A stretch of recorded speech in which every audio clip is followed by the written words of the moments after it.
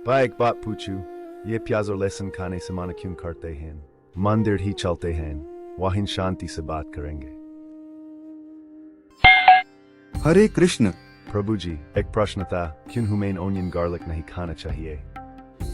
प्याज और लहसुन की बात करने से पहले हमें एक मूल सिद्धांत समझना होगा। भगवद गीता अध्याय 14 श्लोक 5 में भगवान कहते हैं, यह संपूर्ण संसार प्रकृति के 3 गुणों से संचालित होता है, सत्व, रजस और तमस।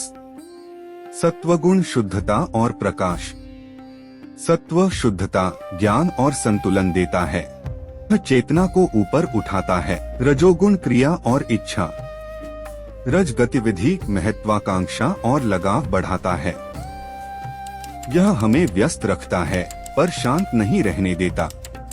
तमोगुण अज्ञान और अंधकार, तम अज्ञान, आलस्य और मोह उत्पन्न करता है, यह बुद्धि को ढक देता है और चेतना को नीचे खींचता है। अर्थात ये तीनों गुण हमारी चेतना को ऊपर या नीचे ले जाते हैं। भोजन भी 3 गुणों में विभाजित है। भगवान श्री कृष्ण अध्याय 17 में बताते हैं, सात्विक भोजन जो आयु को बढ़ाता है, जीवन को शुद्ध करता है, बल, स्वास्थ्य, सुख और संतोष प्रदान करता है।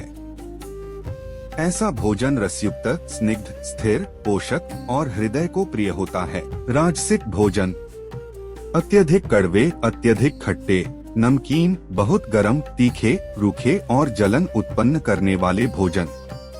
ऐसे भोजन दुख, कष्ट और रोग उत्पन्न करते हैं। तामसिक भोजन 3 घंटे से अधिक पुराना, रसहीन और ताजगी से रहित, सड़ागला व दुर्गंधयुक्त तथा जूठा या अपवित्र भोजन। तो अभी हमें प्याज और लहसुन क्यों नहीं खाना चाहिए? इनकी प्रकृति स्वभावतः तीव्र, दुर्गंधयुक्त और अशुद्ध है और हम समझ चुके हैं। दुर्गंध और अशुद्धता तामसिक गुण हैं। गुण और प्रभाव के आधार पर प्याज और लहसुन तामसिक हैं और जो तामसिक है वह अर्पण योग्य नहीं हो सकता। भगवद गीता अध्याय 3 श्लोक 13 में बताते हैं कि हमें अर्पित भोजन ही ग्रहण करना चाहिए। जब यह अर्पण योग्य ही नहीं तो हम इसका त्याग करते हैं। अर्पण का अर्थ है कृष्ण से अनुमति मांगना और तामसिक भोजन के लिए अनुमति दी ही नहीं जाती। अंतिम संदेश यह है कि कृष्ण नहीं चाहते कि हम अज्ञान और बंधन में फंसे रहें। वे चाहते हैं कि हम सत्व की ओर उठें, ज्ञान और प्रकाश में स्थित हों और भक्ति के द्वारा गुणों से भी परे आध्यात्मिक चेतना में स्थापित हों। यही उनका मार्गदर्शन है, यही उनकी करुणा है।